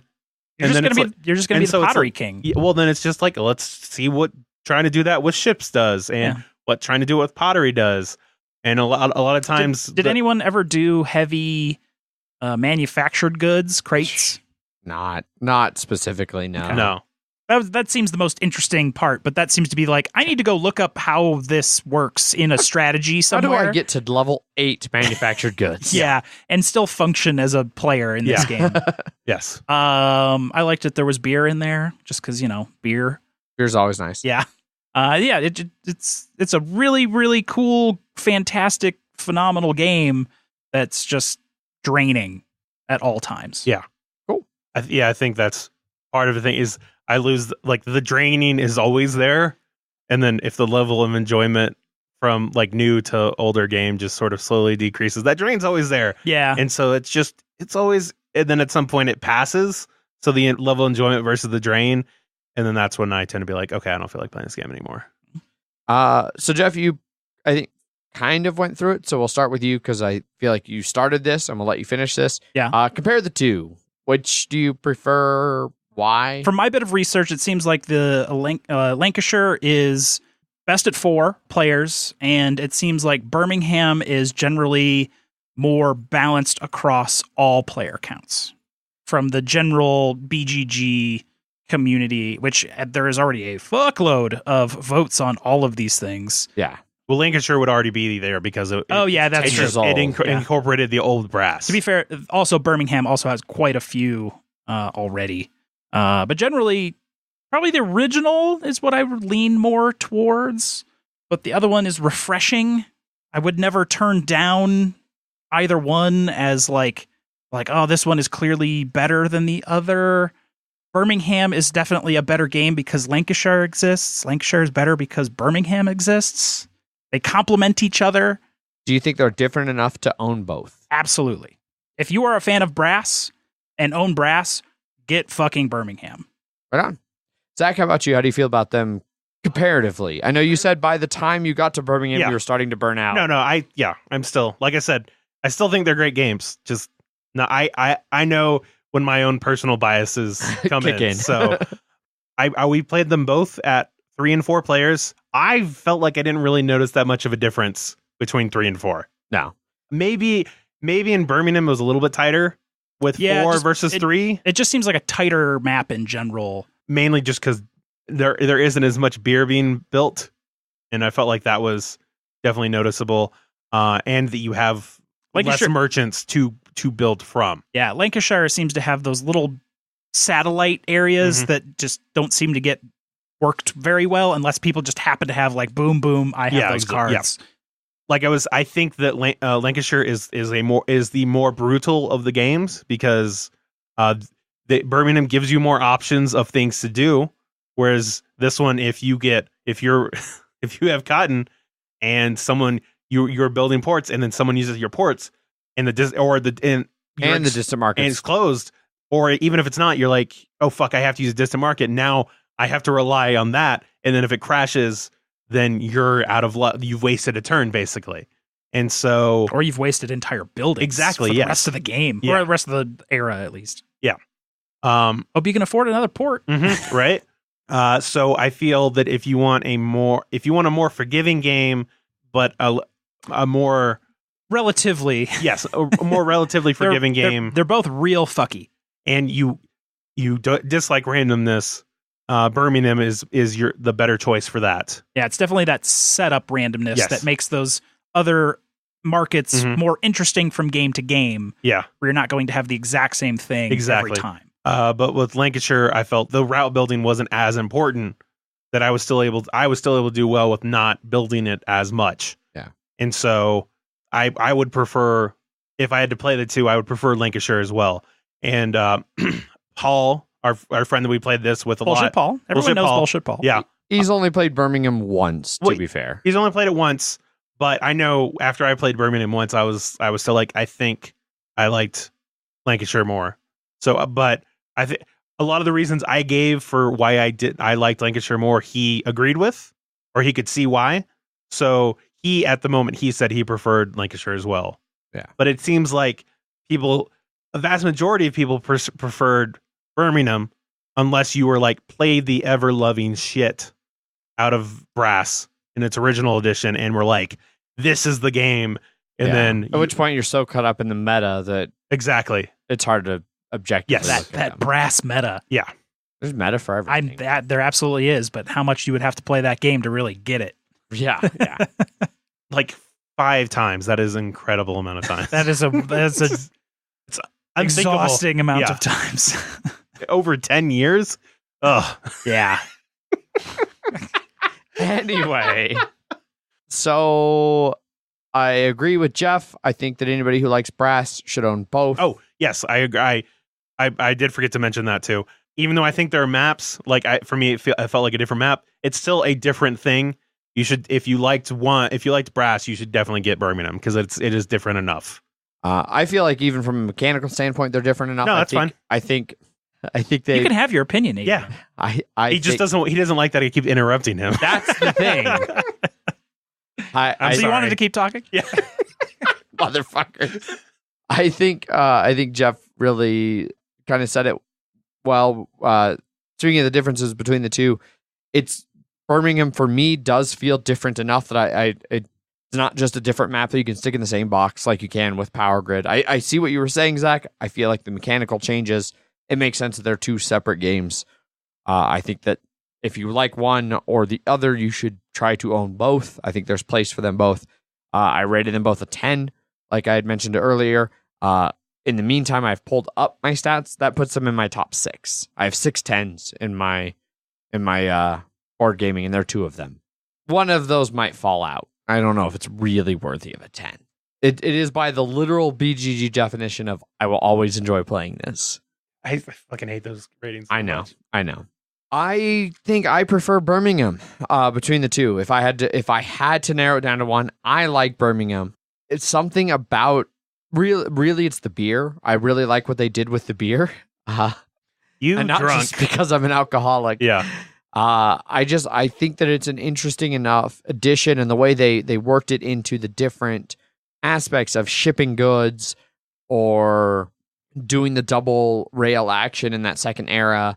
That's where I really like the difference between them. You know, I do prefer the variability of the merchants versus the far market, the distant market.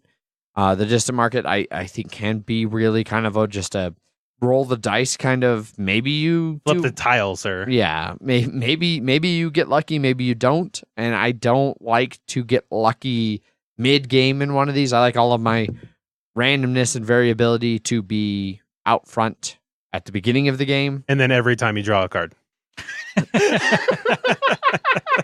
And just I'm hope talking you get that in general. I know. Yes, because you're not getting rid of that. That felt really easy to just. Because you're not getting rid of that without. I know, just drastically changing the game. No, if you hate randomness, I feel like even as a heavy gamer, these might not be for you because you can get fucked by the cards. So Yeah. Well, and I think, and this is another reason why I do prefer Birmingham, is because they changed the scout. They turned that into the scout. That helps mitigate the couple times that you will really truly get fucked by the card draw, which is pretty rare. Like, I think they've done a great job between balancing locations and industries across Lancashire, even to where it's rare that you'll be well and truly fucked where you can't find something to do that's useful. It might not be what you want to do. It might not perfectly fit with your strategy, but I feel like it's close enough in Lancashire. Birmingham, with that scout action where you get the wilds, that allows you those times when you really truly feel fucked.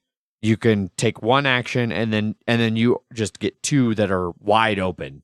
I've done the scout action a lot in Birmingham. Almost every game of Birmingham I've played, I've used the scout action at least once. That's one thing I do think Birmingham did do better was I think the scout is better in that regard. And, I don't know.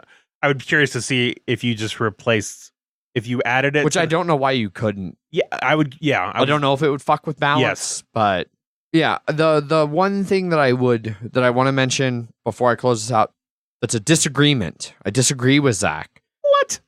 We have never disagreed, sir. Specifically, I disagree with Zach about the change in importance in route building in Birmingham, especially in the last game, where in the canal phase I had, I think, 4 links out, and then in the rail phase I had, I don't know, 5 or 6.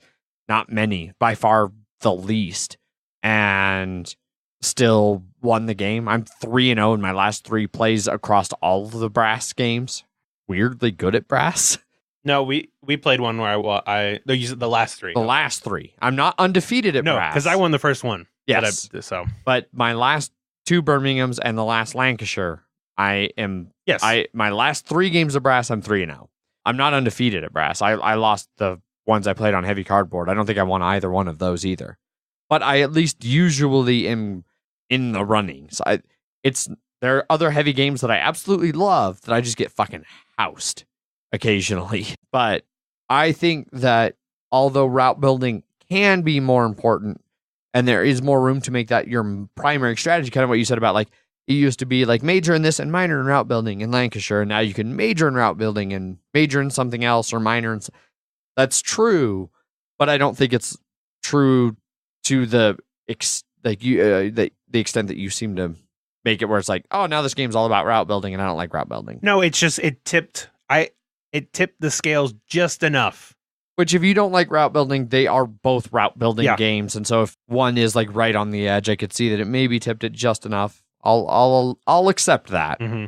Well, and there was the consistent. I mean, at the very least, you knew that one spot could be worth up to 7 points. Yeah. Whereas this one, it could be worth 4 or it could be worth 14, depending on what got built there. Yeah. Yeah. I think they're both good games. I agree. You should own both. If you like either one, you should own both. Yeah.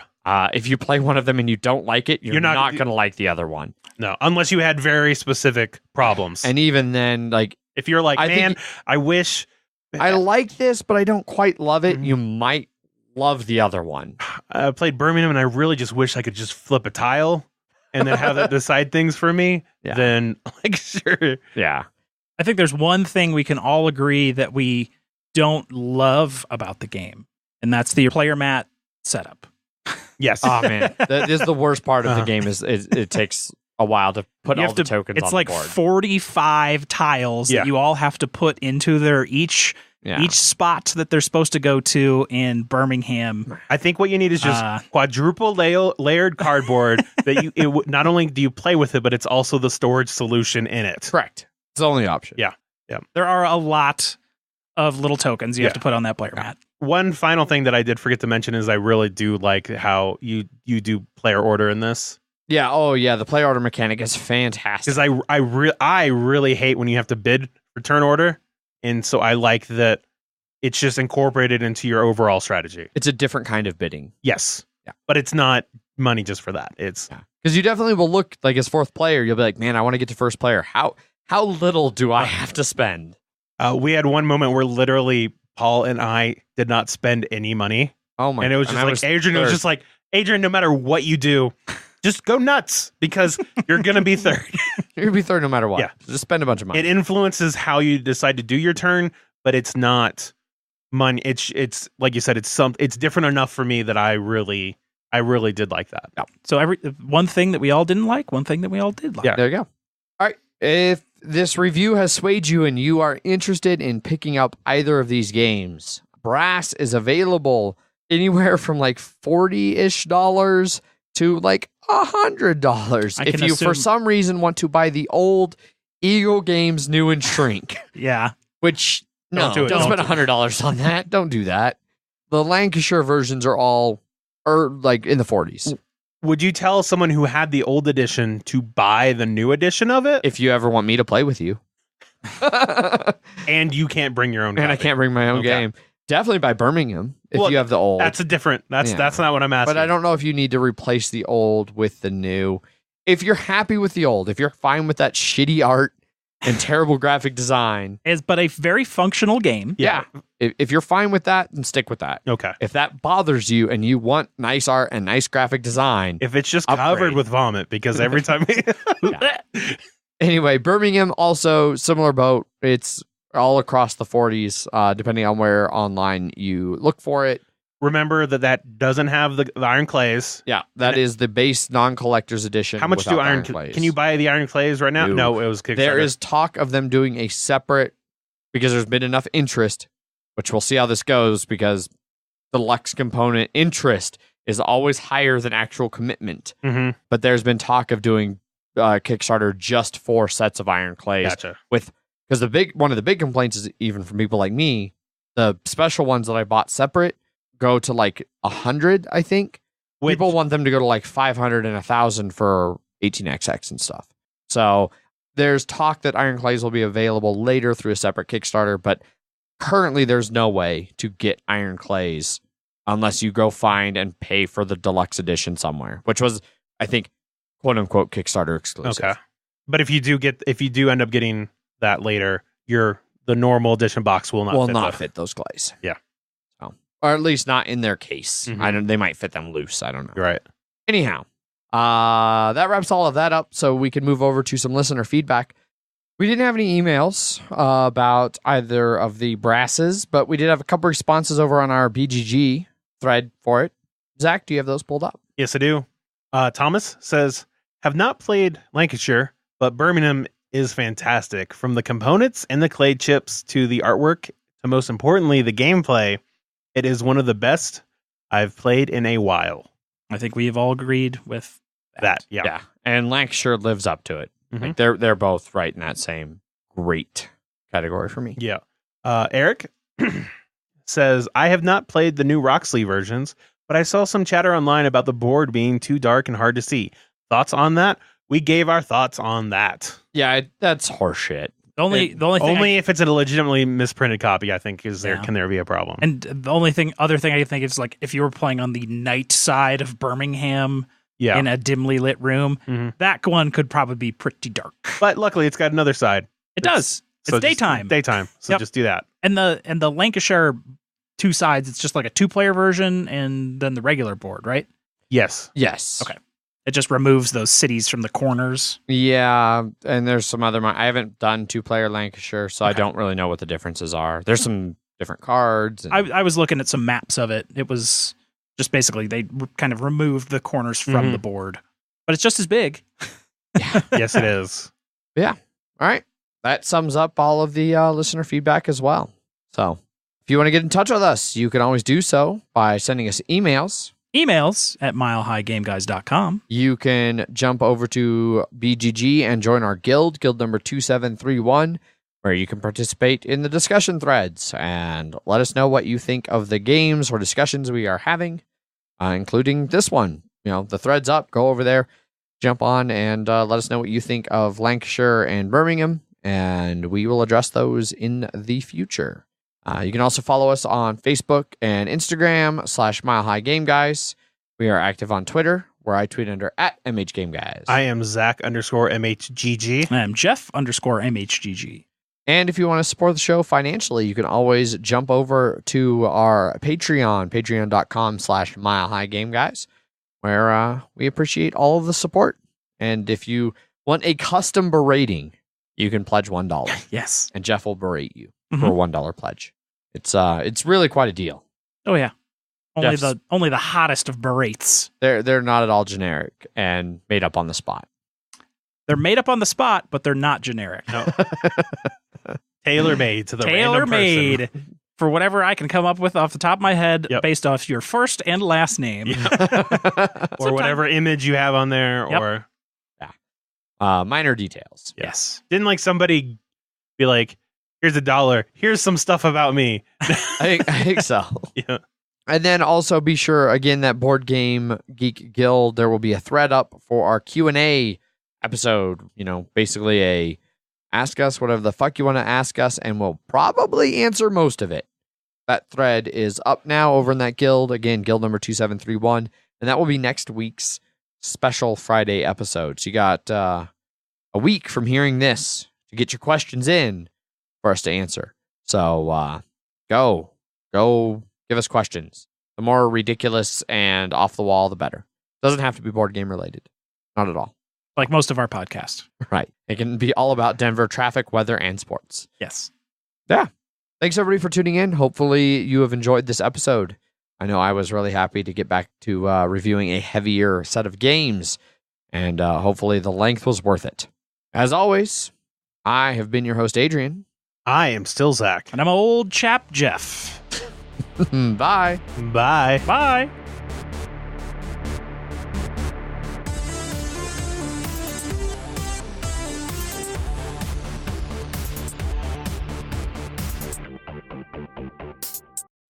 The other thing, there was something else that you had just said that I mentally was like, I'm going to stick a pin in that and come back to it. And then the pin fell off. The pin fell out and it went. It fell into your trash with it's- a whole bunch of the same. Yeah, there's a thing. whole lot of other junk in there. And his trash person. It's like the end of Deadpool 2, where they're just the pins are coming off for the credits of his big map. Oh yes. No third act. Yep. I've I do not I've been recall this- watching a lot of Deadpool 2. I do not recall this. Do you have it on scene. Voodoo? I take it. Yeah. Punchboard Media, where we all bring something to the table. Pull up a chair At punchboardmedia.com.